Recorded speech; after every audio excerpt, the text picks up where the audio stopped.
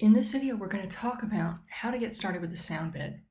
Now, when I'm looking at creating a sound bed, what I really want to do is set up a sequence that has a good number of tracks. 6 is kind of, for me, comfortable because you can then have 2 within which to intercut music that's going to be in the background. You'll have a track for your voiceover, and then you'll have a few tracks for your vision edit and a spare track for any sound effects you need to add. Sometimes if you know you're going to be doing audio sweetening and you are going to be going back and forth between an engineering suite and your edit suite, you may actually want an additional track so that the sound effects engineer can add in multiple layers of sweetening effects, which might need an additional track. In that case, you might want to have 1 and 2 for your natural sound off of the project, track 3 for voiceover, tracks 4 and 5 for any kind of effects, and tracks 6 and 7 for music. But in this case, I'm not anticipating any significant need for audio effects, so I'm just going to set it up like this. When you are bringing in music, you of course need to select music that you think is going to do the job for you. And I've got some music here that I've downloaded from the Storybox application online. Now, when you download music from Storybox, it is going to come in a few different formats. You need to log in.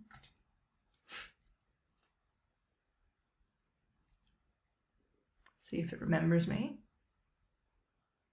Yes. Oh, hello, I'm me. Hooray. So then I'm going to go to audio. When you first sign in, you'll probably need to go through a single sign-on. But when I go here, you can see that there's a few different things. We have royalty-free music and sound effects.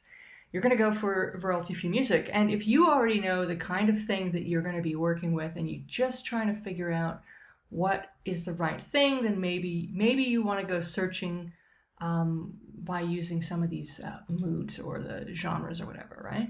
So if I go here and I say, oh, I want to do this, then that's fine. I could also say I want to search all the music. But once you're in here and you are looking around, you can preview clips, you can download them, you can add them to collections. So I'm just going to quickly have a look at some music.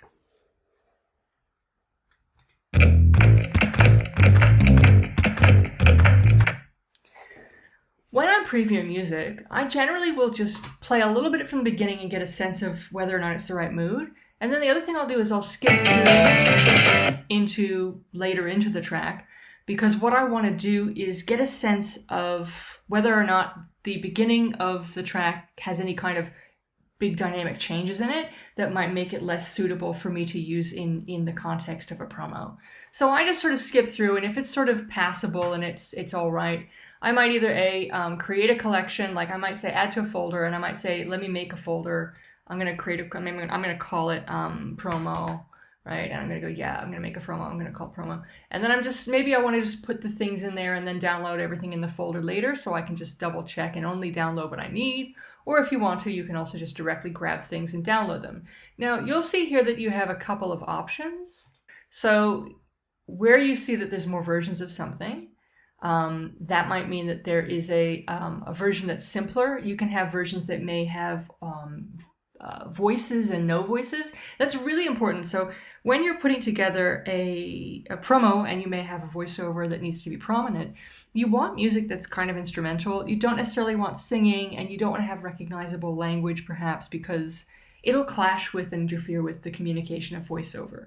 If you're not using voiceover and you're using instead a kind of recognizable music and just text on screen, then that's not as big of a problem. But you do want to make sure that the mood and the feel of everything is appropriate to what it is that you're looking for. So for me, what I'm doing is I'm looking at this stuff. You can download it however you want. It will be accepted by the system. So if I grab, say, this track, which I'm not even going to bother listening to, I'm just going to say, oh, I'm going to grab the MP3, and I just grab that, with absolute 100% dedication to the cause and 0% listening. I can bring that in as well. You can see that all of these are 44.1. Now, how I usually do this kind of work, we're working at 48K. If I really was being fastidious, what I would probably do is convert these files to 48K using Media Encoder before bringing them into this project. But the reality is that most editing suites are particularly lazy about this and will let you pretty much work with audio any which way. So it shouldn't make a big difference. It doesn't necessarily work as nicely, say, for video, because then we're dealing with frame rates that are more particular, and it's a whole different ballgame. So if I've got this, whatever it is that I just brought in, this mystery track. All right, so there's the second thing. Don't expect when you're working with this sort of music to be wow. Don't expect that you're going to feel as though you're listening to your favorite album. This kind of music is used to set a mood, and it's like the background palette for your whole deal. So if you're trying to sort of set a kind of, action, adventure, mystery, whatever, get something that kind of speaks to the genre enough to do the job, and know that you're going to have other things going on, and it's not going to be dominant. It's very rare that you listen to this kind of music, this promotional music or production music, and think, wow, I just want to listen to that all day.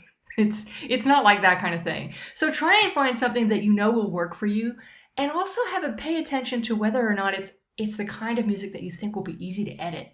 Stuff that's got a really distinct beat, usually you can find a musical point to cut it down. So stuff like that's really important. I'm going to pretend that this is the best thing that ever happened to me in my life, and I'm going to put this into my sound bed. Now what I do before I start working on a sound bed is I always just pop myself to about 10 frames in. Some people prefer 12, but I find that 10 is fine. And what we do is we don't use the first or the last 10 frames of a promo, because that little blank space where you're fading up from black and don't have sound down, if for some reason there's a miscue when a promo is being played on air, it won't feel abrupt because it doesn't cut into the music. You leaving that little space there just means that when you fade up from black on your vision and your music starts, it feels very complete and it doesn't feel rushed. So I'm just going to lay this track down, and this track is probably way longer than I need it to be, which is kind of what I expect. Now, for those of you who have already learned how to use Adobe Audition, if you wanted to set up a multi-track and play with this in there and do editing, you can, but you can edit the sound here just as nicely. What you can do if you really, really want to have a good look at this track is you can, of course, expand a track down, or you can use the tool here to tell it to expand all the tracks. And that'll give you a closer look. But if that isn't good enough for you, you can just sort of say, hey, guess what? I just want to make this huge. So I can do that as well. I'm having issues with my interface, though. It's having a little blinky blink moment. I'll tell you what I'm going to do. I'm going to see if it's doing it with all of them or just that one. No, it's just that one. It's just ridiculous. All right, whatever. Just going to grab that and do that. Haha. That way I don't have to think about it. So once you've kind of you start listening to a track when you're working on a sound bed, you might also want to look at the waveform while you're going too. And you may not want to have all this space here for the bin because you're going to be doing some sound editing. So you can just sort of scooch this along and just make some more room for your viewing space for your tracks. So here you can see we have this music, which may wind up sounding pretty awful, and I apologize in advance, but I'm just going to turn the sound down on my output so I don't blast myself here. Ugh, it's horrible. So what I do is I listen for these weird particular things, because when you're listening to tracks, and you just sort of quickly preview something and you think that you're good, but then as you're going through, you hear these really tinny things. First of all, what I can see is that the audio is peaking. Now, you will get a dynamic peak on audio with music tracks, and that's not a problem. But if something feels really tinny, what you're probably going to find is that it's a little bit annoying to mix with voiceover. So you may find that something about this needs cutting. And if you know you're going to cut it down anyways, you may want to avoid elements like that.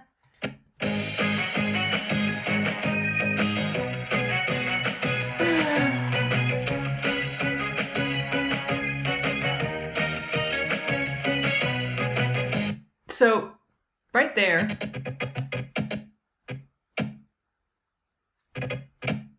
right there, I notice that there's a point where there's actually, I want to put a marker there. So when you have a clip highlighted on the timeline, rather than putting the marker on the timeline, you put a marker on the clip. And that'll just help you go through a piece of music and you can sort of say, I think there's a cut point here. So what I listen for, and this is where the audio scrubbing tool is really helpful. Anywhere where there's a major beat where you can hear like cymbal crashes and stuff, that's a good cut point, usually. But you need to think about the decay on that, right? And then there's another bam, there's a beat there, right? So if I know that this, and then we go back into the whatever that is, if I know that I can split this up, this is one of the places where I think using the razor blade tool is probably a reasonable decision. I can then scooch through the timeline and look for similar punctuations and stuff. The other thing you can do is if you just look at the audio waveform, you'll probably see different types of similarities, right? So if I know I'm just going to go to grab like the end of this track or something, I heard it again, right? Right? Right. I'm going to zoom right in.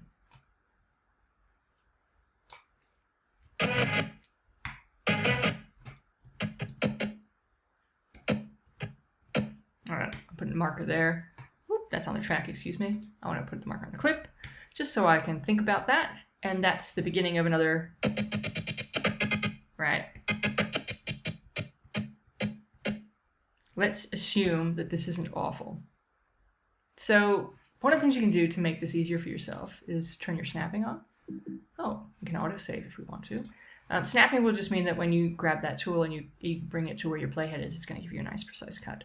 So there's a few things that you can do right now. I'm going to zoom out and show you. If I wanted to, I could just hit X, which highlights this whole section in the middle that I've just thought I would like to get rid of this and have these two pieces joined together. If I'm confident that I can make this feel like it's a flowing thing and all I want to do is test it by bringing that material out by lifting it out, I just hit the lifting key, or the extracting key, excuse me. This is a different piece of software than I'm used to. And that will bring these two together. And then you can sort of back up and just play through.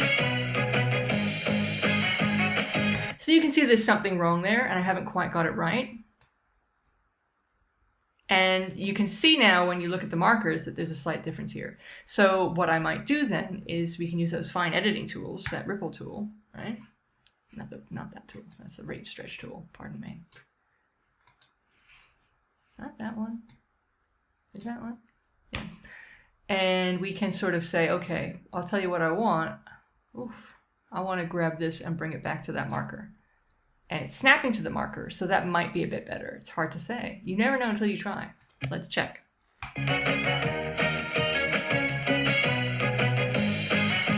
Can't even tell. So if you listen for beats and use markers to help guide you, and you turn your snapping on, you can use your fine editing tools to very quickly sort of cut down a track. Now, at the moment, this track is still way too long for a 30-second promo, but the principle of how you would go about sort of cutting something down so that it works for you is about like that. So in principle, what I want to do, however, is get to a point where I have a 30-second piece. One of the easiest ways of doing that is to not even bother with all this, and when you go into story blocks, you can tell that you only want certain things, or you might sort of say that I want duration and just say I only want 30 seconds. All right?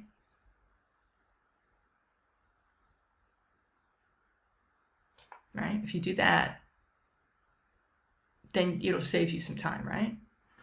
Because now we have a few 30s. Minimal documentary, some sort of French background jazz. I mean, some of this stuff may not be what you want. So it's kind of like you've got to decide, do you want to go looking for the thing that you don't have to cut, or do you want to look for the thing that you think you like? Not that I find this pleasant at all. And then cut it down. Those are kind of the options you wind up being faced with. When I look at this actual cut here, this is only this back section, which has the end and decays out to nothingness, is 25 seconds long. So, and then by about here, we're not really hearing anything. So if we go back to about that point, I can then use a normal tool to just sort of snap edit to that. I know that this now is by using my X24 frames. So I really only need to find, you know, five seconds of audio. So if I go from the intro inwards,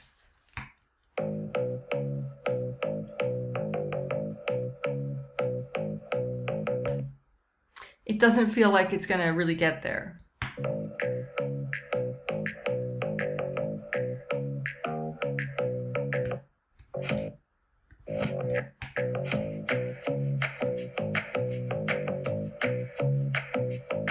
So when I see this kind of thing, I then have a choice in terms of problem solving. I can see that when we get to about 29 or so that we start, this is where it's like, this is where we're getting to the end of what we want. So do we then have at the end here something we can work with? Not really. It's not great.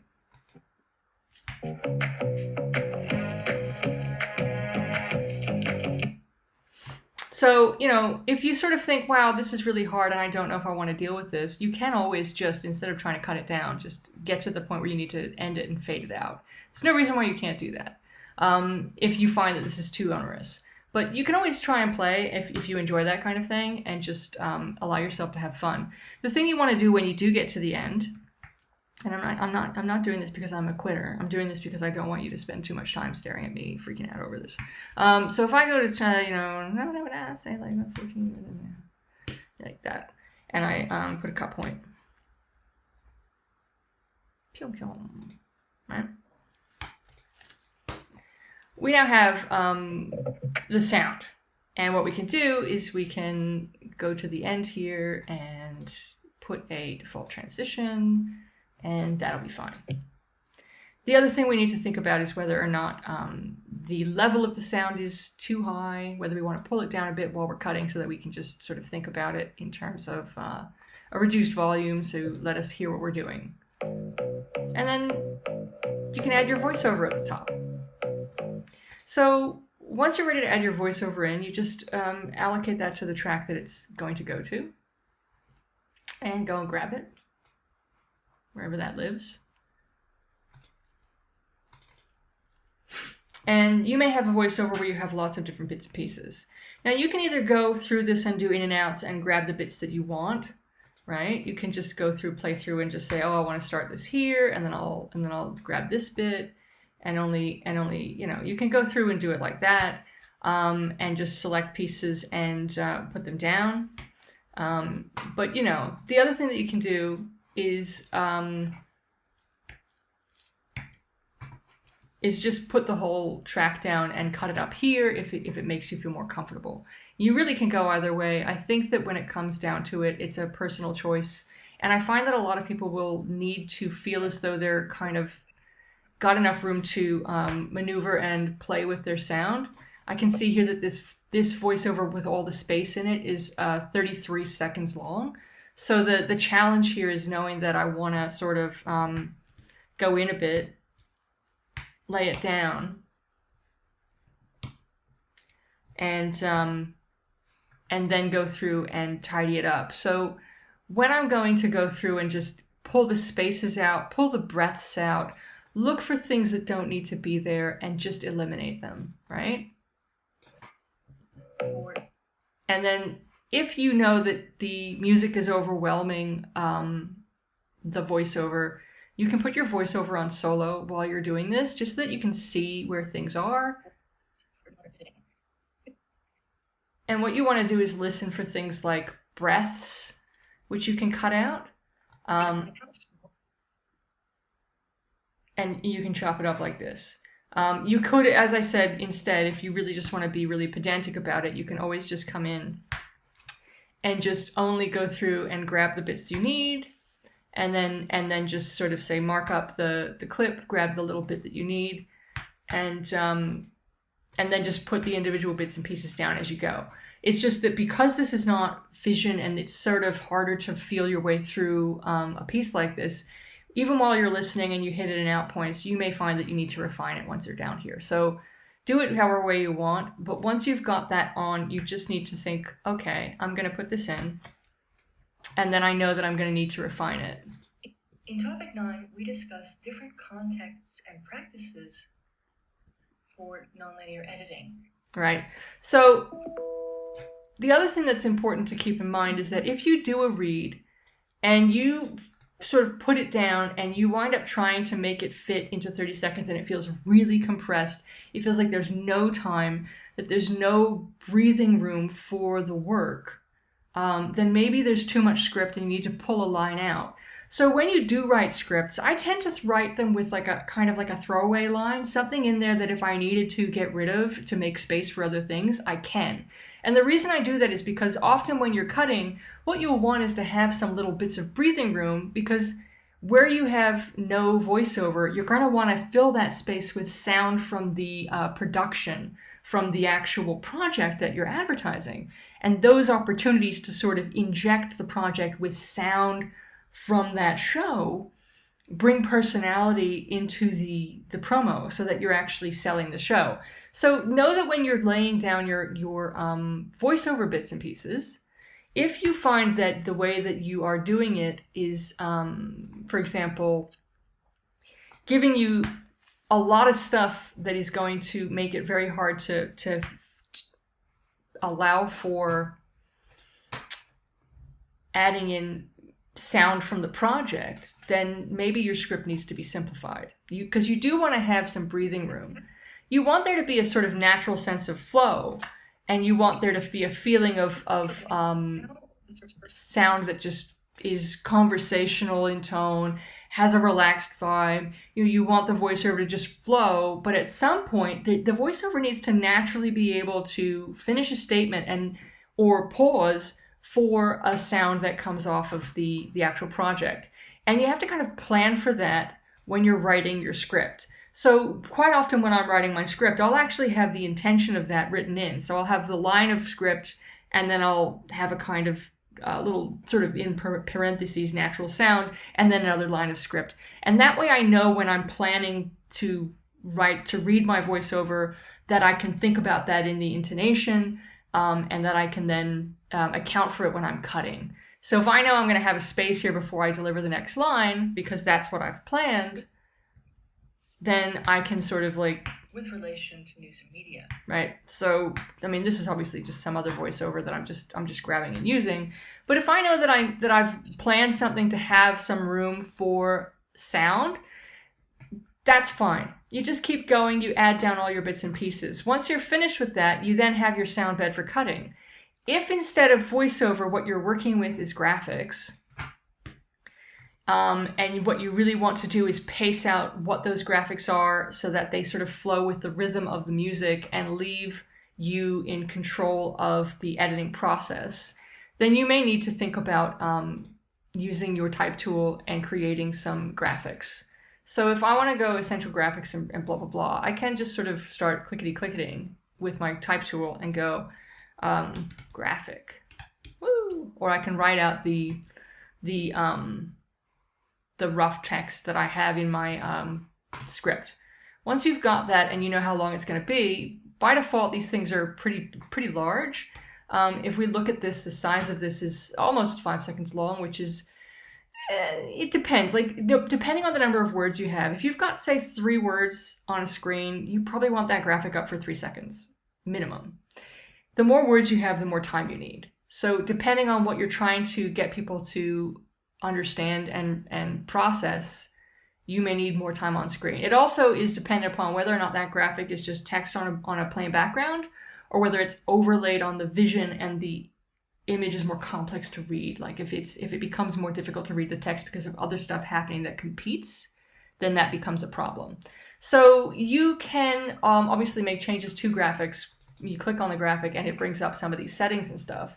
But if all you're doing is rough placement of graphics to time out graphics for a bed, then if you just use your type tool and just grab it and you just go clickety-click, it'll start making up some graphics for you. So you can then, if you want to, you can just copy and paste it all over the place and then make changes to it. You can sort of say, hey, I've got this graphic. I'm going to make changes to it. You got to park your you got to park the timeline over the actual thing, and then you can and make changes to it. So that's how you would do that sort of thing.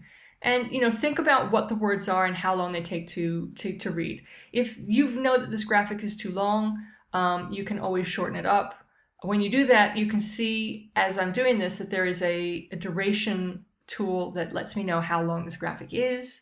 I don't necessarily want to go below 3 seconds because it takes a while for people to sort of recognize and process words. So you just give people the time they need to go through that process. And then as you go through, and you can sort of say, whatever, this is my rough placement graphic, and then there might be another one and whatever it is. So you can then sort of use that to give yourself a sense of what's going on. In reality, when you're going to do your cutting, however, what you probably want to do is make your graphics and put them on a higher tier because they're going to wind up as a kind of overlay. So for me, I might just take those graphics and move them to a different track. Now I'm using on a Mac keyboard, the Option and the arrows up and down tool to do this. I'm pretty sure on a PC it might be the Alt key and the arrows up and down. But that just helps you, say, not change the position and not drag and drop and touch things, but move things up and down if you need to.